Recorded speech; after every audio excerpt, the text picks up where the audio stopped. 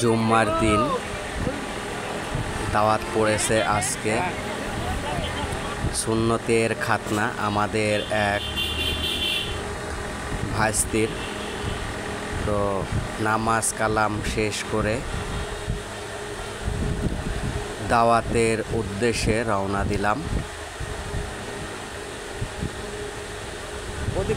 সুন্দরভাবে হাঁটতে হাঁটতে গলির ভিতর দিয়ে আমি, আমার ভাই, চাচাতো এক ভাই, তো এই ভাইস্তির দাওয়াত খেতেই ছুটলাম। তো আস্তে আস্তে আমরা চলে আসছি দাওয়াতের বাড়িতে। তো দাওয়াতের সময় লোকজন খাওয়া দাওয়া শেষ করছে, কেউ কেউ লেখার জন্য প্রস্তুত হয়ে আছে। এক ভাই, এই যে আমাদের শাহিন ভাই নাম।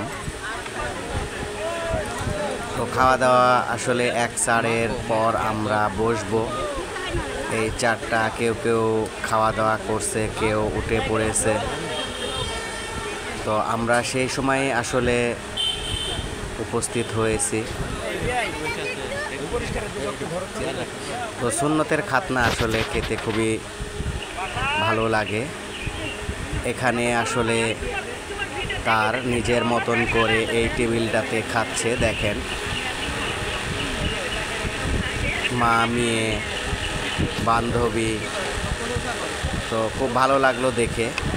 তো এখানে এই টেবিলে এক পরিচিত ভাই ছিল।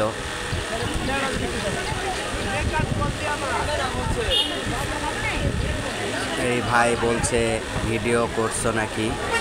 আমি বলছি হ্যাঁ, কেমন কে খেয়েছো এটার প্রমাণ রাখলাম।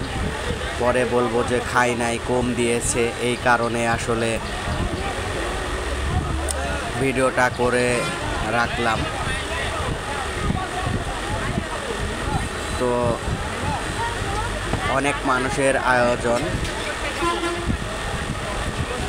যে যতটুকু খেতে পারে।